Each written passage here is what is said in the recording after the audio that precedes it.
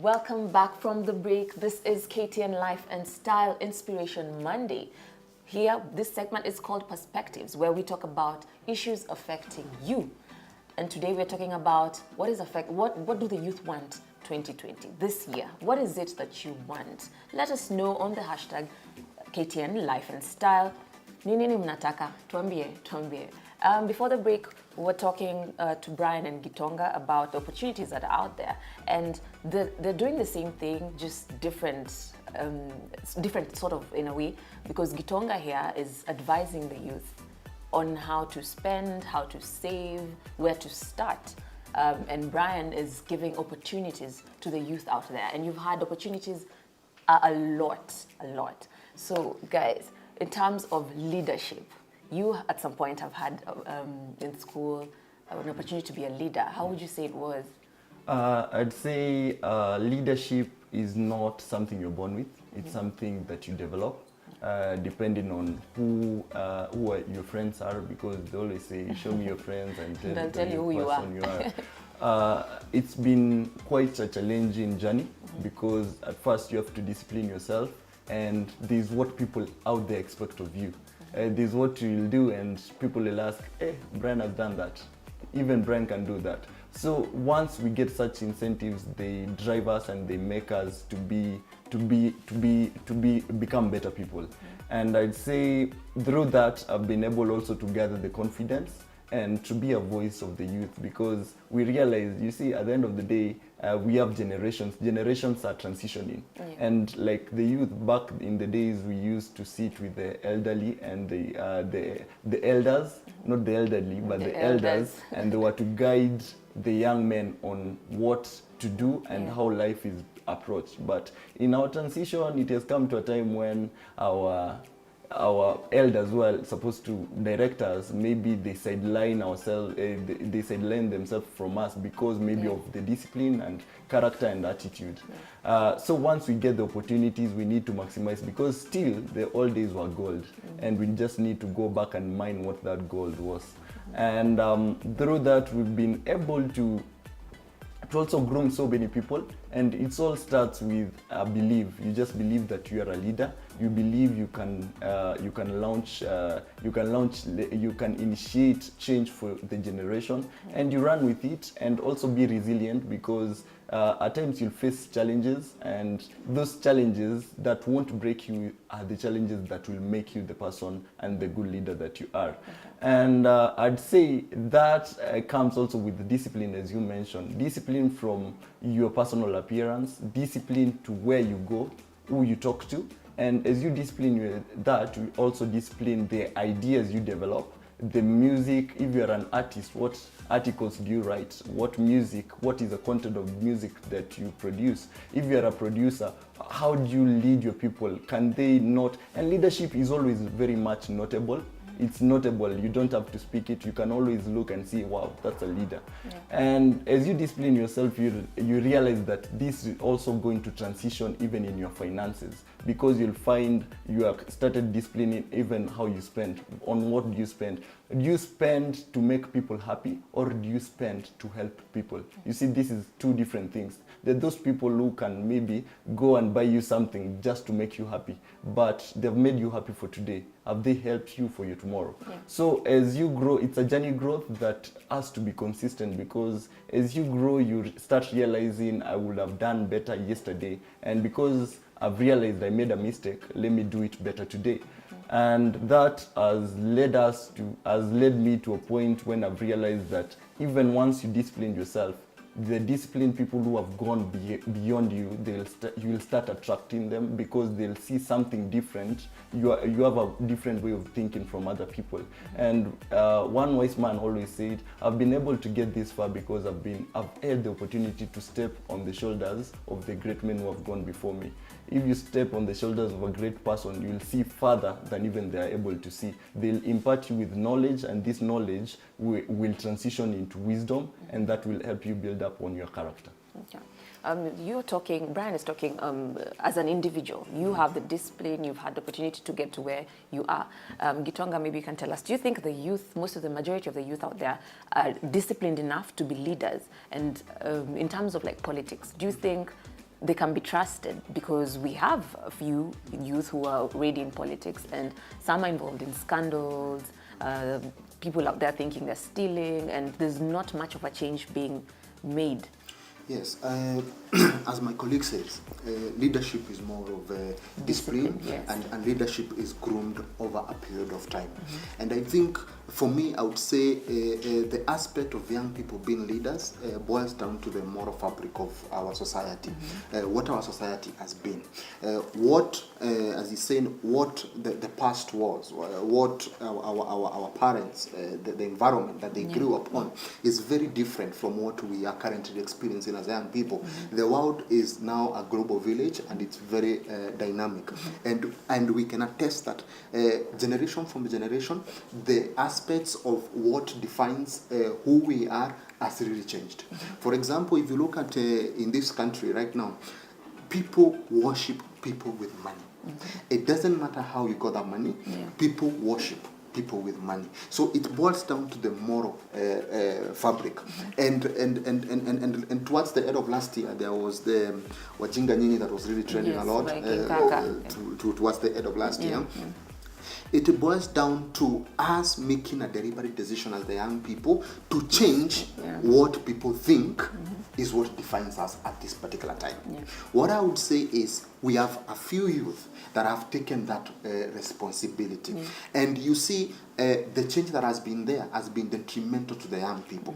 And towards the end of last year, you were seeing the young people were standing up and saying, no, this is not the kind of Kenya we want. We don't want corrupt leaders. We don't want leaders who are making their money the wrong way. We have to stand up and say, this is not the Kenya we want for ourselves moving forward this year. And they are young people that are ready, willing, capable, and able to make that particular stand and lead this nation towards the direction that is required. So yes, I would say yes, the young people can be leaders that can be trusted.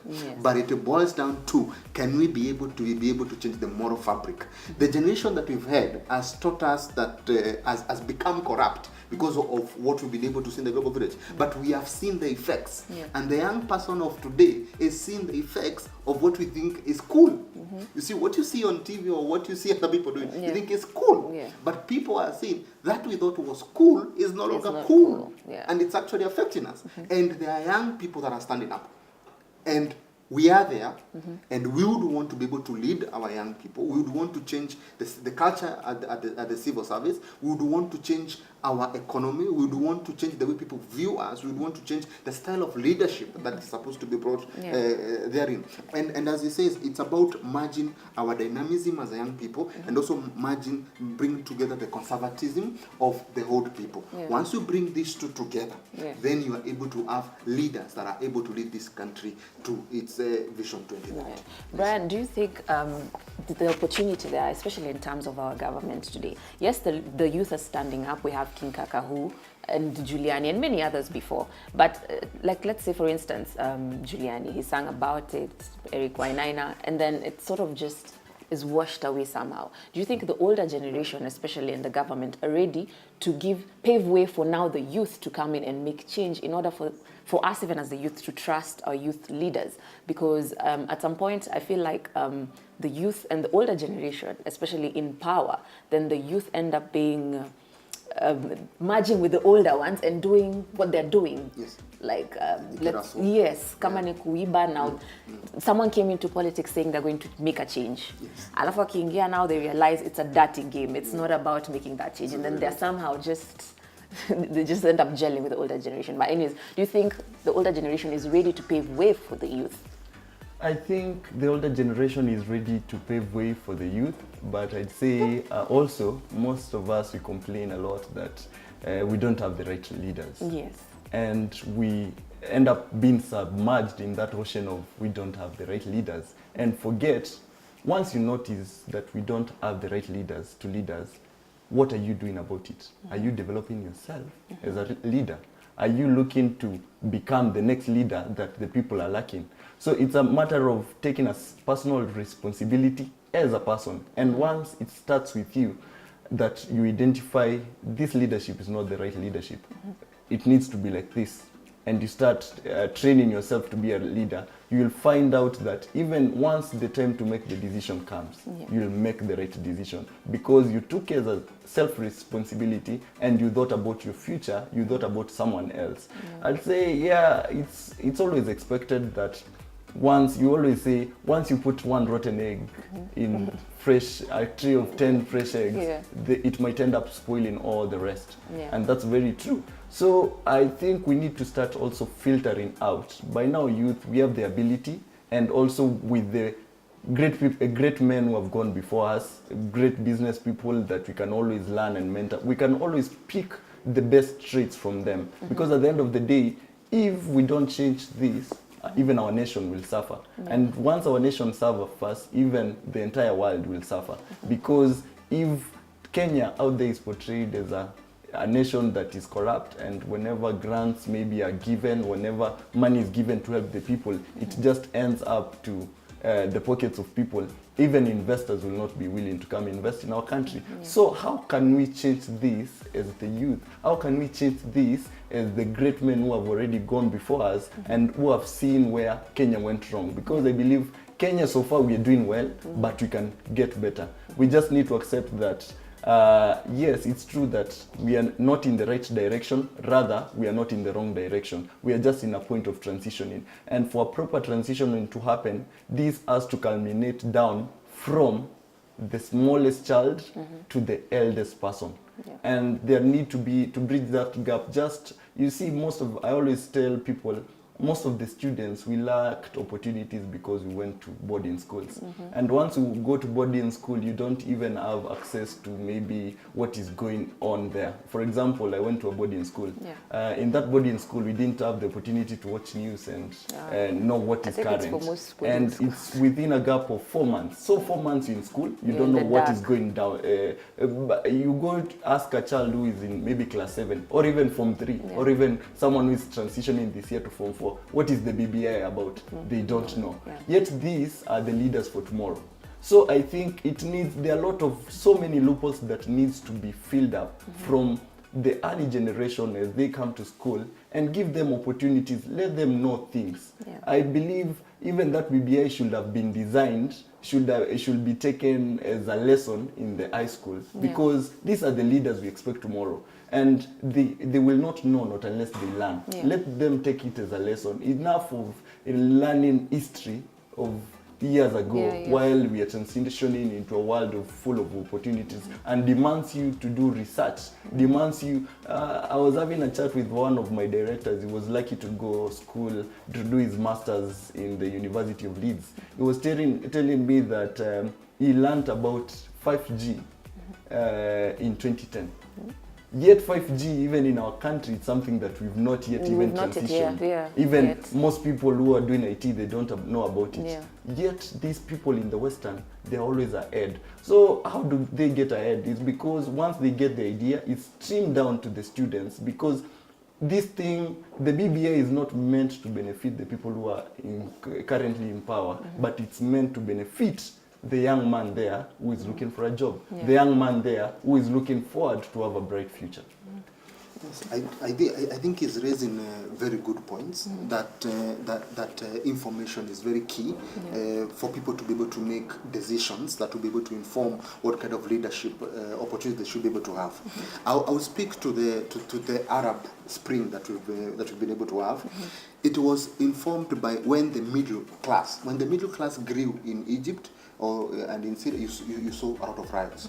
Why when the middle class grows? Because what I think is when you have a poor population, then they become gullible to whatever kind of agenda they are getting. Then they worry too much about having food on the table than actually getting to know what is the right quality of life we should be able to have. What is the right of information? So once you don't have information and once you are made poor, then you become gullible. So as we are saying, it's about fundamental changes in how we've been able to conduct our business in this particular country. Access to information information, as he says. When people become more informed, then they are able to stand up for themselves and know this is the kind of leadership that we actually want. When people have the exposure, when they know that actually what I am consuming today is not what I'm supposed to be having. For example, if my road is not made, it is my right to actually have my road. Do you know actually it is engraved in our constitution that you should not sleep hungry? It is in our constitution that you should have a shelter. The government should provide you a shelter. But so why are there many people now without the shelter, without the food? We are not empowered to even have information. For example, I'll give you an example. The reason why a police would catch you on the road and tell you utoe kitu kidogo is because you do not know even what the fine for the offense that you've done. So you do not even know what offense did I commit. Yeah. You don't even know what is the procedure of all this. So someone threatens you or someone makes you feel gullible because you don't have the right information. So I think it's about information. Let Kenyans, our young people, have the right exposure. But at the end of the day, I will say this. We, as the young people, need to stand up for ourselves. We now know what is good for us and what is not good for us. It is high time that we say that me being poor will not be my portion again. I am in an economy where we have enough resources and enough wealth, and I know that money is available. I cannot allow a few people to start money in Switzerland and me perish here in Kenya. It is high time, and I'm the proponent of saying this. It is high time the young people stand up for themselves and say that we need a better Kenya, we need better leadership, we need people that are going to ensure that we actually are able to meet our dreams. We need to make Kenya the Kenyan dream. Not always talking about the American dream. No. There's a Kenyan dream now.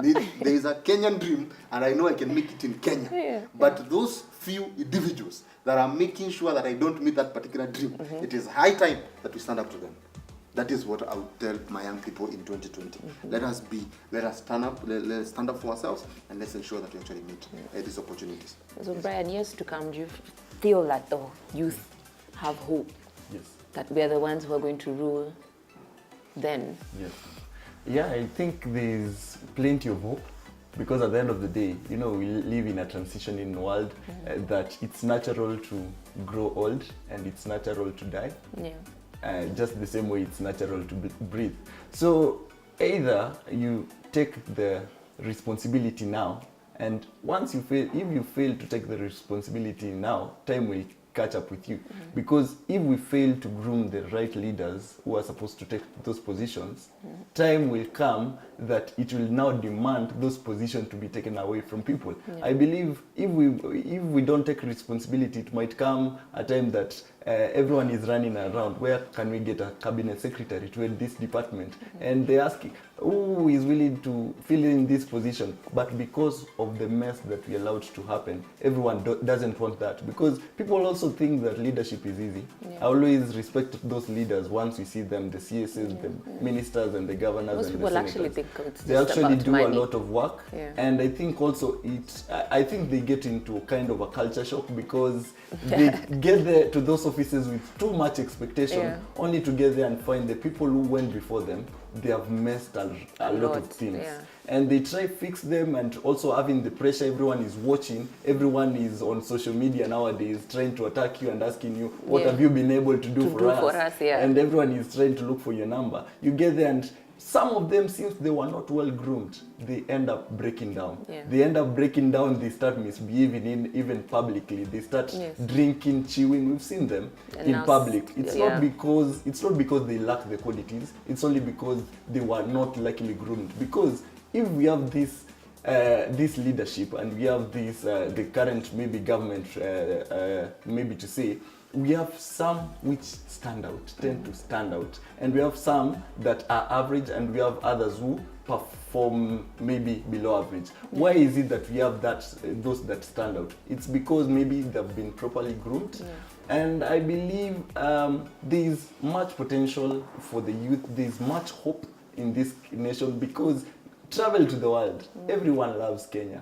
I've traveled, I've gone places, and everyone, once they hear just you're from Kenya, it was the other year, just in 2019, when Eliud Kipchoge broke the world record, and everyone loves Kenya. Everyone wants to be part of Kenya, because I feel even the climate is really favorable for agriculture. People have been able to be misled that for you to make it in life, you have to go to Nairobi, start a business. A business is what will make you money. People have forgotten, you can go to the farms, plant avocados, plant sisal, plant, millet, harvest and make a lot of money with minimal. And also maybe an advice to the youth, this is the time that we need to invest in labor-intensive jobs rather than capital-intensive jobs. When you start thinking in that perspective, in labor, I mean labor-intensive, like for example, a car wash. A car wash needs only one, maybe or two machines, but more labor of the people who will dry the cars, who will wipe the cars, who will wash. That is minimal.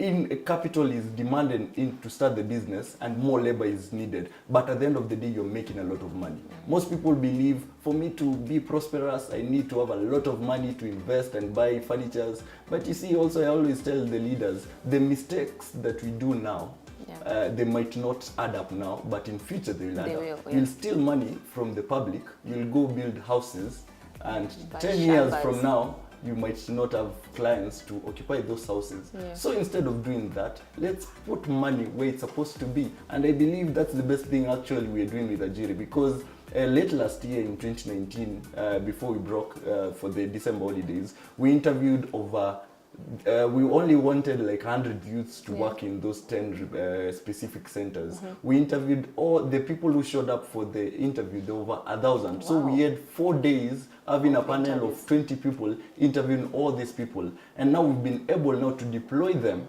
to work in these centers. To be one, we were looking for who can they be representatives, can they be role models to the specific location we are going to deploy them. Can they be able to develop a self-sustainable plan? Because also, once I give you cash, I need you to come back and ask you, I gave you 100,000. What have you been able to do with it?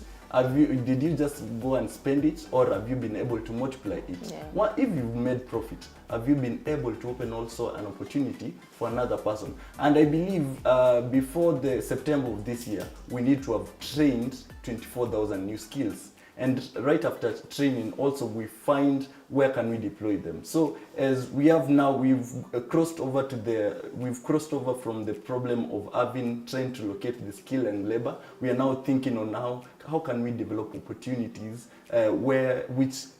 all these skills that are currently graduating from colleges, universities, schools, how can we now deploy them to start generating? Because the more the number of people are unemployed in our nation, that means there's no even money circulation. You'll always hear people saying there's no money circulation because we have a lot of energy, we have a lot of skills which is not being put to work. And if we don't sustain that, it will be depressed. And these people will start, soon you'll start hearing of Kenya has a low expectancy rate. But I believe with initiatives like what he's doing, what I'm doing, what someone else is doing, with such initiatives is how we are going to build up the nation. Okay, maybe you can just, as we wind up into time, you can advise the youth out there, those who've lost hope, and there are those who are just sitting at home thinking there's no hope in this life, and then they turn to crime. What advice would you give them? There is a lot of hope for our young people. I would want to tell the youth out there, opportunities are available for you. Number one, it's about discipline. Number two, it's mind shift. Number three is information. And you should be hungry to look for that particular information. Have that hunger. Have always have the drive to go out and actually look out for this particular information.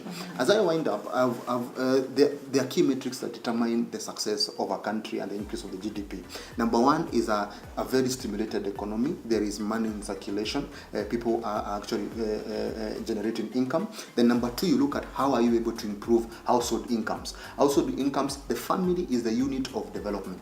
So how do you improve household incomes? It's if you're able to actually make an investment and you're able to increase the revenue streams that you have within your particular household. So I would speak a lot that everything we do as young people or everything we do as Kenyans boils down on finances. Financial investment literacy is very key and it is very important. At Sotika, we have made that our core mandate. How do we help you manage your finances? Okay. And How- for people out there, Yes. if they want to get to you, how can they reach you? How can they reach? Yeah, sure. So if you want to get to us, you can get on our website, sotika.com. That's our website. You can also go to youthnation.com. Also, our Facebook page is Youth Nation. Our Facebook page is Sotika. Our phone numbers are available there, 0705 599 442. You can be able to find us there, and we can be able to help you. In Nairobi town, we are at Luther Plaza, opposite Nairobi University. You can also find us in Thika town at Wetevia House on 5th floor, and you can come in and we can help you. We can help you develop a plan on how you're going to turn around your life. Yes. Thank you so much, Kitonga. And where can people find you, Brian? People now can find us into the Two Rivers Mall, the biggest mall, of course, in East Africa. And also Ajiri will now be transitioning into 10 different counties: Mombasa, Kisumu, Nairobi, name them, all the big counties, Machakos. Even we are crossing over even to Wajir. And this is just the first 10 pilot centers. Then we'll be able to cross over to all the 47 counties. And then maybe a word to the youth is, one, you need to build up your character. Character is key, because in my training, one of my trainers once told me that character before skill. During our interviews, we really met gifted people who are really first class level, but they don't have the right attitude. I think they tend to develop that sense of pride. So once build up on your character, discipline, then just have the right attitude. Thank you so much, guys. I know we can talk a lot, but due to time, we have to wrap it up. I'm sure many people out there have been inspired by what you have to say. If you need more, you can reach them out on their websites as they communicated, and also where they're located at. Thank you so much. I appreciate. I'm sure people out there are very inspired. Guys, we're not done yet. Don't go anywhere, because after the break, we'll be having Catherine Mwangi.